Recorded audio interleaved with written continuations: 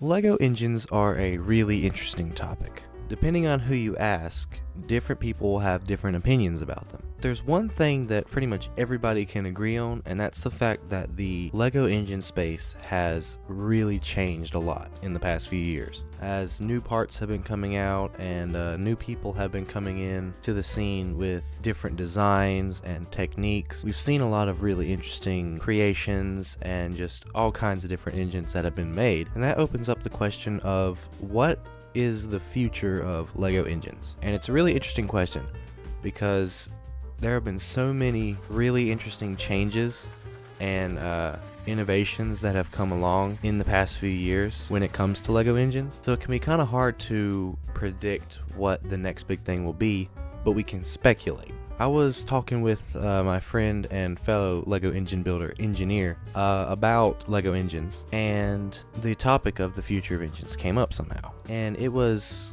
a really interesting topic for us to go over. And our opinions kind of meet together, like they weren't too different from each other. So companies like Engine DIY Shop have only really started to do mock brick engines within the last few years. They haven't been doing this for very long, and they've already established their space. They've got some really impressive and absolutely massive engines that have really interesting techniques used. We've noticed a trend towards other creators that have made Lego engines have been gaining more and more views over the past few years. Of course, you've got those like Lego Maniac Man who have been getting millions of views for years now, way before any of these developments have come. If what we have now are these really impressive, really large kits that are really quite affordable for how large they are, how many parts they have, we can almost for sure expect something big to come. Like, I'm talking way bigger than anything we've seen so far. And you gotta think, there are a lot of different engines out there that are just gigantic, like tens of thousands of pieces. They're absolutely insane.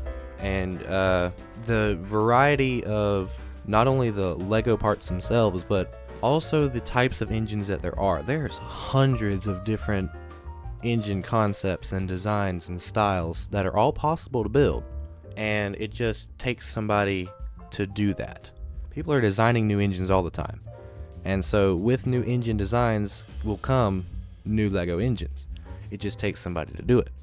And Lego have been making very specialized parts for the past few years that can really aid in the creation of these odd engines. And the overall community of engine builders is absolutely insane. There's tens of thousands of people that build Lego engines, whether it's realistic engines, whether it's vacuum engines. They build some sort of engine. So they all come together to form the engine community as a whole. And their online presence is really big. Like, it rivals some of like the franchises that Lego has. The fan bases of those franchises. I don't think a lot of people really take the time to see how big the Lego engine community really is. And since we know how big the Lego engine community is, it brings up the question that I had talked about in a video from a few months ago about why Lego doesn't make engine sets themselves. And I had listed out my three main theories, but a lot of people mentioned another theory that I didn't even bother to think of, and that was Lego's stance on the environment. This is all my opinion. I don't know anything about Lego's marketing or their logistics or their analytics or anything like that. This is all my opinion. But I feel like their stance on the environment and reducing carbon emissions and their carbon footprint might be the main reason why they don't make Lego engines, why they don't make engines officially. They did that, 40 years ago, but they haven't made a set dedicated to engines since. They do have them in some of their vehicles because you're not going to just be able to get rid of engines. No matter what you try to do, you're not going to be able to immediately get rid of them. And I think they're trying to maybe phase out the engines. Probably the only reason they've kept them in like Technic sets and stuff is because it's something that moves and functions and is visual and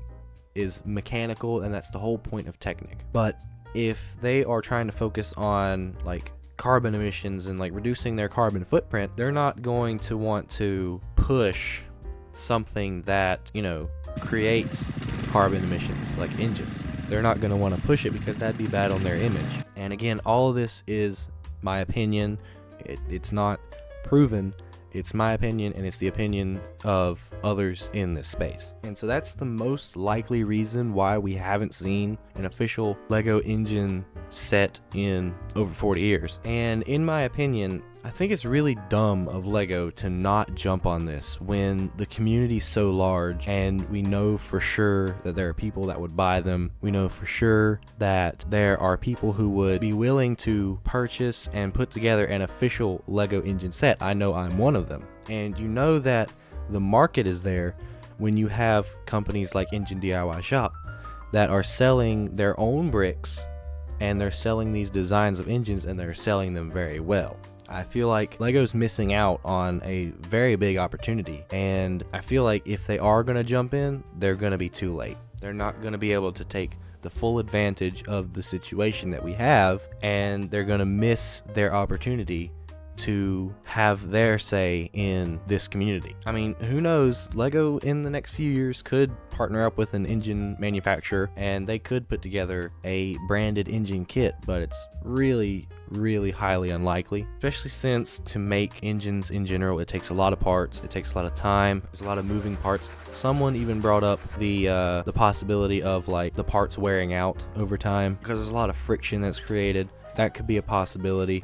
There's so many factors in this, it's hard to pinpoint exactly what the reason is. But with all the new parts that LEGO's been coming out with in the past few years, engines have become easier and in ways cheaper to build than in previous years. And with the new piece that came out not too long ago, the 3x3 macaroni brick, that's going to be able to reduce not only the size but the price and the complexity of LEGO engines. It'll reduce the part count and it'll just overall make them more manageable to build and to display, which might be a good time for LEGO to jump in once we have some designs of them. Which it's going to take a while before the price of these bricks is going to go down and before they come in the right colors that we need, because right now they don't have the light bluish gray that we all like to use to make engines. So with a lot of different things changing, new parts coming out, and new companies emerging, we can definitely know for sure that something big is going to happen soon,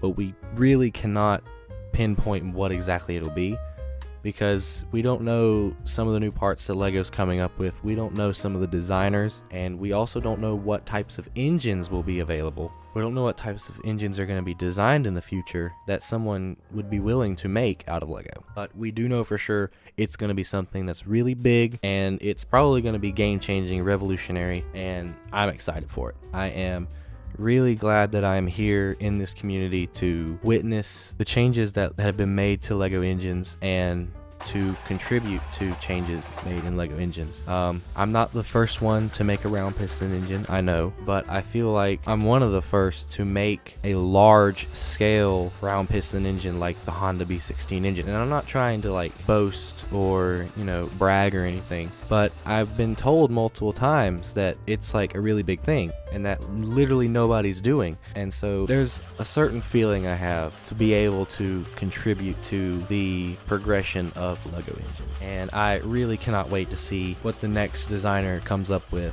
and what the next engine design will be. So I want to thank Engineer for talking to me about this and bringing up some of these topics, because if it wasn't for him, this video probably wouldn't have ever been made. And I really want to thank the whole LEGO engine community. And most importantly, I want to thank you for watching this video.